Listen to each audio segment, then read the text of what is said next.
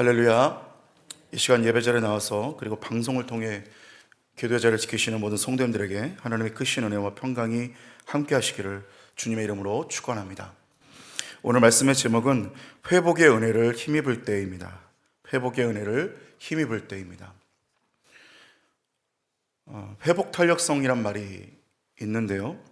이 회복 탄력성이란 말이 무엇인가여서 이렇게 보았더니 크고 작은 또 다양한 그런 시련과 역경과 실패를 오히려 도약의 발판으로 삼아서 더 높이 뛰어오르는 것, 이것을 바로 회복 탄력성이다. 그리고 그 마음의 근력을 회복 탄력성이다, 이렇게 정의를 내리는 것을 보았습니다.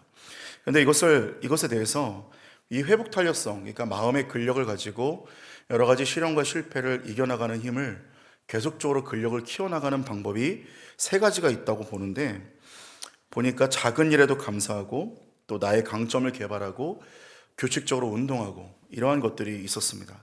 그러니까 가만히 이 세 가지의 공통점을 좀 살펴보니까 긍정적인 부분을 찾아내고 내게 있는 것에서 감사를 찾아내고 부정적이 아니라 가능성을 보면서 점점 뭔가 좀 더 소망을 가져야 이제 실패 역경 속에서도 마음의 근력을 얻게 되는구나, 이런 생각이 들었습니다. 사실은 저는 이 회복 탄력성이란 말을 보면서 이 성경에는 이러한 예시들이 얼마나 많겠습니까? 단순히 마음의 근력을 가질 뿐만 아니라 그것을 뛰어넘어서 하나님의 은혜로 완전히 역전시키는 그러한 이야기들이 너무나 많은 것을 보게 되죠.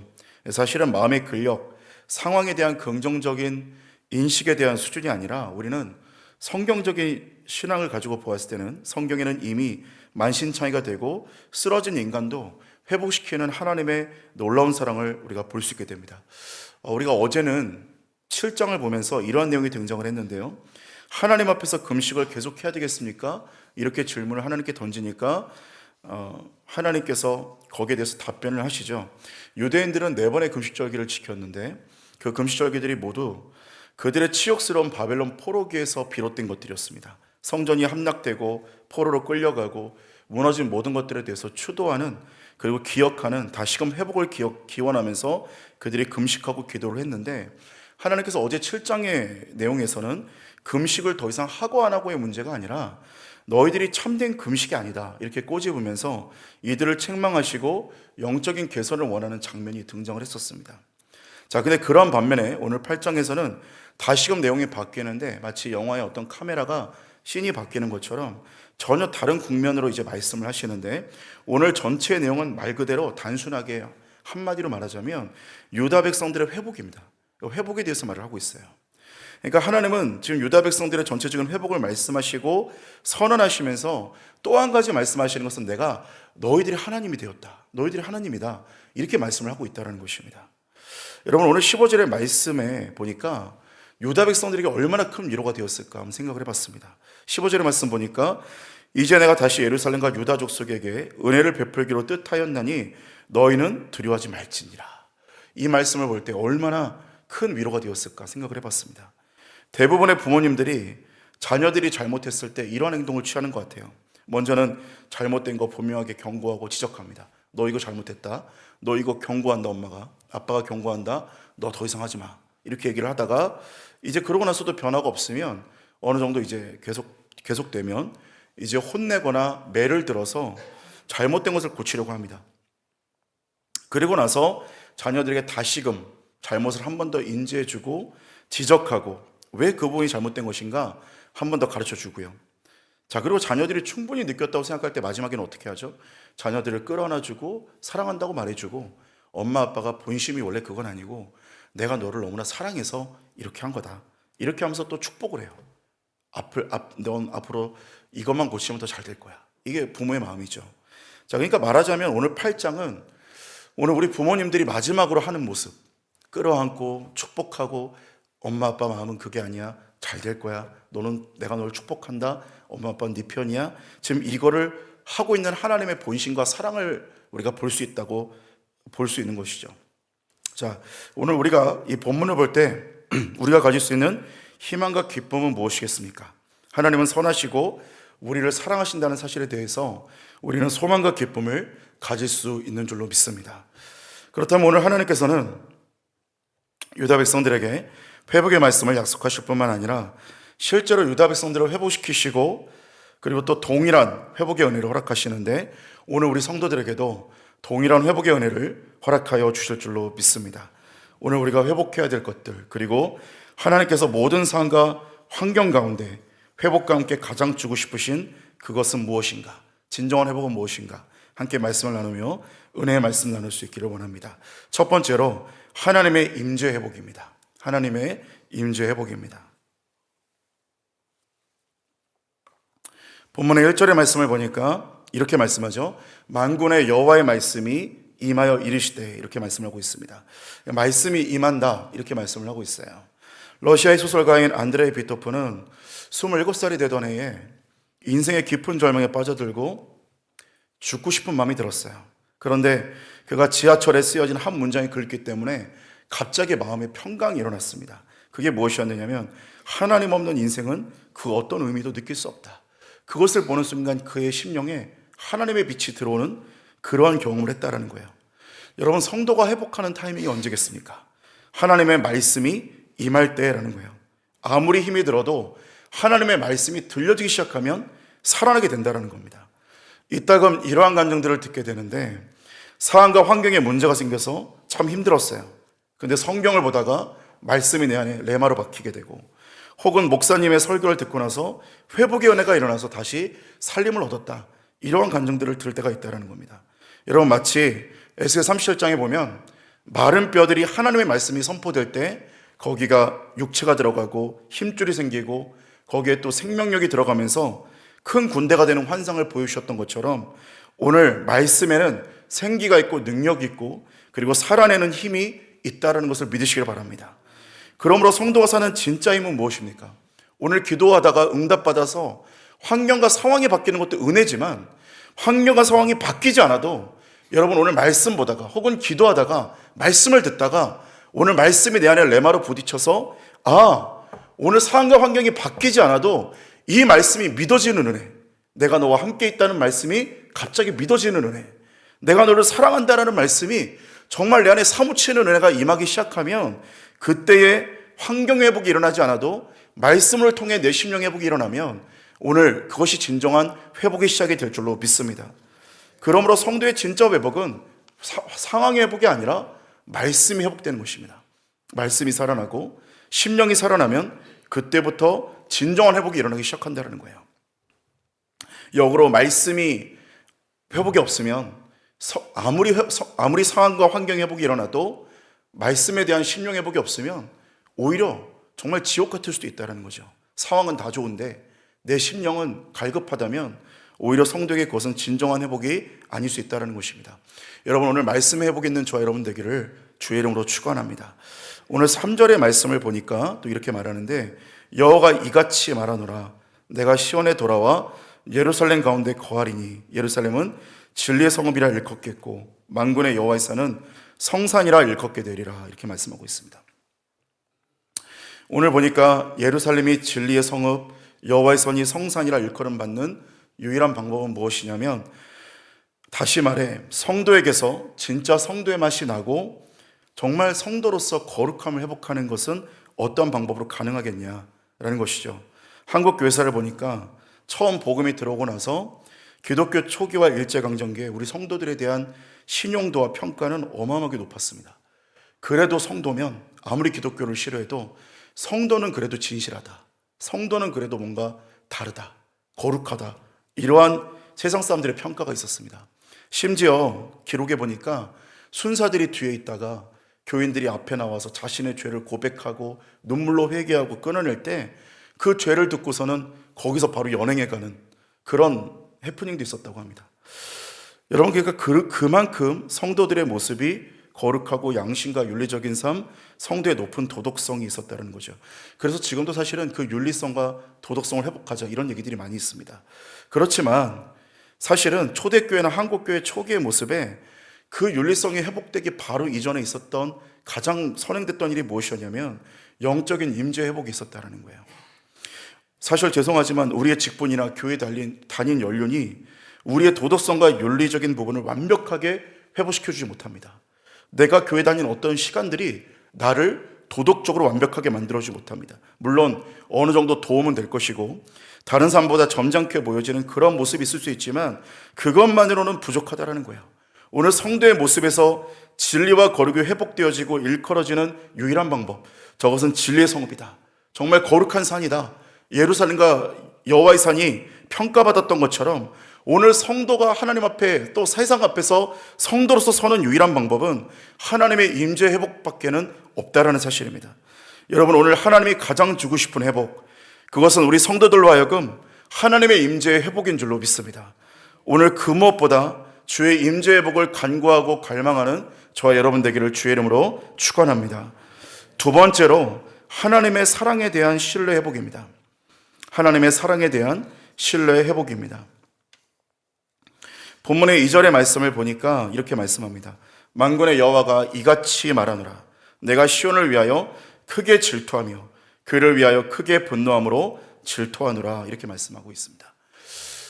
본문의 2절을 보니까 저는 좀 굉장히 황송한 감정이 들었습니다. 사실은 오늘 주님이 이스라엘 백성들을 질투하시고 또 우리를 질투하신다고 하는데, 질투라는 것이 뭡니까? 질투는 동등한 위치에서 혹은 낮은 위치자가 높은 위치자에게 사랑하는 관계에서 하는 게 바로 질투 아니겠습니까? 예를 들면 부부나 연인의 관계에서는 질투가 있을 수 있는데, 사람이 어떤 동물에 대해서 질투한다, 곤충에 대해서 질투한다, 이런 건 있을 수가 없는 것이죠. 그러니까 동일한 관계에서만 질투가 되는 겁니다. 그런데 오늘 하나님께서는 인간에게 질투하시는데 완벽하게 동일한 위치선상에서 부부의 관계처럼 사랑하시고 그리고 질투하셨다는 거예요. 성경에는 성도들과 교회를 그리스도의 신부다 이렇게 표현하기도 했고요. 호세아서에는 호세아와 고멜의 관계를 하나님과 이스라엘의 관계로 비유해서 신랑과 신부의 관계로 그렇게 비유하셨습니다. 그러면서 끝없이 포기하지 않는 하나님의 사랑을 보여주시고 음행하는 이스라엘을 참아주시고 또 참아주면서 그들을 향한 하나님의 사랑을 증명하셨다는 거예요. 창세기에 보면 아브라함이 등장을 하는데 그 아브라함의 별명이 믿음의 사람이었습니다. 근데 성경을 보면 아브라함은 굉장히 믿음이 없는 사람이었어요. 12장과 20장, 창세기 12장과 20장 보면 아내를 누이라고 속이는 그런 일을, 그 불신앙을 보여주고, 무려 12장에서 한 번 하나님이 도와주셨는데도 불구하고 20장에서 또 아내를 누이라고 속여요. 그리고 16장에서 보면 하나님의 약속인 이삭을 기다리지 못하고 86세에 이스마엘을 낳습니다. 그렇게 하나님을 신뢰하지 못하는 아브라함의 모습이 창세기 21장에 가면서 이삭을 99세에 낳는데 그때 큰 신앙의 변화를 겪은 것 같아요. 근데 100세의 아들을 낳으면서 큰 신앙의 변화를 겪어요. 창세기 22장에서 하나님께서 모리아산에 가서 이삭을 바쳐라 이렇게 얘기했는데, 놀랍게도 아브라함이 조금도 지체하지 않고 이삭을 데리고 올라가서 제물로 바치려는 결단과 함께 시행에 옮기려고 했습니다. 그러니까 이 부분을 두고 아브라함은 하나님을 전적으로 신뢰했다고 나중에 평가하는데, 아브라함은 하나님이 이삭을 제물로 바쳐서 죽게 될지라도 다시 살리실 수 있는 분이라는 것을 전적으로 신뢰하고 믿었다는 겁니다. 여러분, 오늘 이 아브라함의 이 일생과 그 모든 삶을 전체를 두고 아브라함이 깨닫게 된 것은 무엇이었겠어요? 아브라함에게 주고 싶었던 선물은 이삭이 아니라 하나님을 전적으로 신뢰하는 그 믿음을 주고 싶었다는 거예요. 여러분, 만약에 우리가 정말 하나님을 신뢰하고 사랑하는 그 믿음이 우리 가운데 정말 있다면, 우리가 정말 하나님이 얼마나 우리를 사랑하는지 그것을 피부로 느낄 수만 있다면 우리의 삶은 엄청난 변화가 일어나게 될 것입니다. 우리가 자녀들을 보아도 가끔 그런 생각을 하지 않습니까? 자녀를 볼 때 너무나 사랑스럽고, 대부분 이런 경험들 하실 텐데, 자녀를 보면 사랑스럽고 대신 죽을 수도 있을 것 같은 그런 마음이 부모에게는 들잖아요. 그런데 우리가 자녀를 사랑하는 그 마음도 그토록 큰 사랑인데, 그 사랑과는 비교도 안 될 만큼 나를 사랑하신다는 하나님의 사랑을 우리가 정말 신뢰할 수 있다면 얼마나 우리의 삶이 풍성해지겠습니까? 그냥 내가 머리로 믿는 게 아니라 정말 하나님이 나를 사랑한다는 그 믿음이 정말 내 안에 있다면 얼마나 삶이 변하겠냐는 이것이죠. 여러분, 아브라함에게는 이것이 있었다는 거예요. 하나님이 나를 사랑할 뿐만 아니라 하나님이 나를 정말 어느 정도로 사랑하시냐면 내가 이삭을 사랑하는 것 그 이상으로 나를 죽기까지 사랑하신다는 믿음이 아브라함에게 있었다는 겁니다. 여러분, 그렇기 때문에 아브라함은 하나님이 뭐라고 말해도 신뢰했던 겁니다. 이삭 바쳐라. 그래도 하나님은 사랑의 하나님이고 하나님은 나를 정말 사랑하시는 전능하신 하나님이다. 그 하나님을 신뢰하는 믿음으로 이삭도 바칠 수 있었다는 거예요. 여러분, 오늘 유다 백성들이 포로에서 돌아와서 하나님의 이 음성을 들을 때 얼마나 뭉클했겠어요. 나는 너를 너무나 질투한다. 나는 너를 너무나 사랑한다. 나는 너를 연인처럼, 내 부인처럼 그렇게 질투하고 나는 너를 사랑한다. 그리고 나는 너를 절대 끝까지 포기하지 않고 너를 끝까지 붙들 것이다. 이것이 얼마나 그들의 삶을 변화시켰겠습니까? 사랑하는 여러분, 오늘 하나님이 우리에게 주시고자 하는 최고의 회복은 상황의 회복도 있겠지만 가장 큰 회복은 무엇이겠습니까? 하나님이 나를 사랑하신다는 것을 신뢰하는 믿음이 회복되는 것입니다. 하나님이 나를 사랑하시기 때문에 하나님께서 오늘 이 상황과 환경 가운데서도 하나님은 나를 떠나지 않으시고 나의 손을 붙들고 계시고 나를 다시금 일으켜 주실 것이다. 왜냐하면 하나님은 나를 사랑하시기 때문이다. 이 고난과 시련 가운데서도 무언가 이유가 있을 것이다. 하나님이 내게 그냥 고통을 주실 리가 없다. 하나님은 나를 붙들고 계시는, 나를 사랑하는 하나님이다. 이것이 신뢰가 회복이 되면 여러분, 오늘 아브라함과 같이 어떠한 상황과 환경 가운데서도 하나님의 크신 은혜를 경험하는 역사가 일어나게 될 줄로 믿습니다. 마지막 세 번째로는 전도자로서의 회복입니다. 전도자로서의 회복입니다. 오늘 본문의 21절에서 23절까지 말씀을 보니까 이렇게 말씀을 하죠. 이 성읍 주민이 저 성읍에 가서 이르기를 우리가 속히 가서 만군의 여호와를 찾고 여호와께 은혜를 구하자 하면 나도 가겠노라 하겠으며 많은 백성과 강대한 나라들이 예루살렘으로 와서 만군의 여호와를 찾고 여호와께 은혜를 구하리라. 만군의 여호와가 이와 같이 말하노라.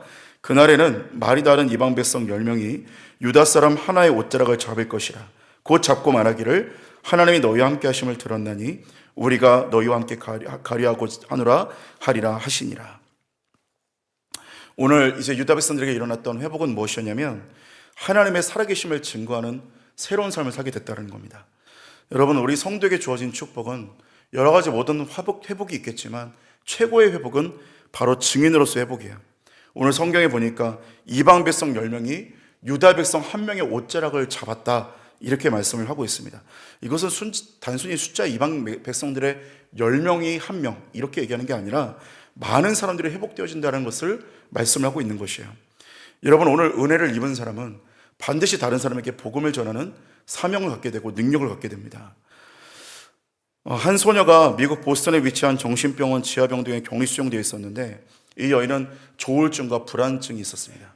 그래서 병실 앞에는 회복 불가능이라는 팻말이 있었는데 한 간호사가 이 여인을 지극히 보살펴서 회복을 시켜요. 하나님의 사랑으로 회복시키고, 그리고 이 여인이 다시 완벽하게 회복이 되는데 그때부터 가정교사로 이제 살기 시작합니다. 그래서 어느 날 한 가정에서 가정교사로 와달라는 말을 듣고 가봤더니 가르쳐야 하는 여인을 만났더니 그 소녀가 중증 장애인이었고 포악한 성질까지 가지고 있어서 도저히 어찌할 수가 없었어요. 그런데 그녀를 보는 순간 자신을 보는 것 같았고 끝까지 그녀를 케어하고 회복시키기로 마음먹고 기도하면서 그녀를 케어해 나갑니다. 그 소녀의 이름은 누구냐면 바로 헬렌 켈러입니다. 그리고 그 소녀를 가르쳤던 가정교사 이름은 바로 설리번이었어요. 이 설리번은 우울증과 그리고 불안감 때문에 정말 회복 불가능이라는 말이 들었지만 한 간호사의 지극한 보살핌과 하나님의 사랑으로 회복되고 난 이후에 헬렌 켈러를 똑같이 보살폈다는 겁니다. 여러분, 오늘 사도행전의 주 예수를 믿으라 너와 내 집이 구원을 받으려는 말처럼 한 사람의 회복은 다른 사람의 회복으로 이어지게 되고 전염되게 된다는 겁니다. 사랑하는 성도 여러분, 오늘 하나님의 회복의 자리에서 사모하시면서 하나님의 임재와 사랑의 회복과 말씀의 회복과 전도자로서의 회복을 간구하며 기도하는 저와 여러분 되기를 주님의 이름으로 축원합니다. 오늘 그러므로 나 한 사람으로 끝나는 것이 아니라 다른 사람에게도 회복을 전염시키고 다른 사람에게도 회복을 전하는 저와 여러분 되기를 주의 이름으로 축원합니다. 기도하겠습니다. 사랑의 하나님, 오늘 우리를 부르시고 인도하여 주심에 감사를 드립니다. 오늘 이 한날도 주의 음성을 듣게 하시고 하나님 앞에 회복의 삶을 살아가는 우리 모두가 될 수 있도록 인도하여 주시옵소서. 이 시간 하나님 앞에 귀한 예물 드린 손길 있습니다. 예물 드린 모든 손길들 주님께서 축복하여 주시고 하나님께서 30배, 20배, 100배의 놀라운 은혜가 가정 가운데 회복의 은혜가 일어날 수 있도록 인도하여 주시옵소서. 이 새벽 주님께 기도하는 모든 성도님들을 축복하시고 우리 안에 주님과의 영적인 교제가 충만히 이루어지는 역사가 일어나게 하여 주시옵소서. 감사드리며 예수님의 이름으로 기도합니다. 아멘.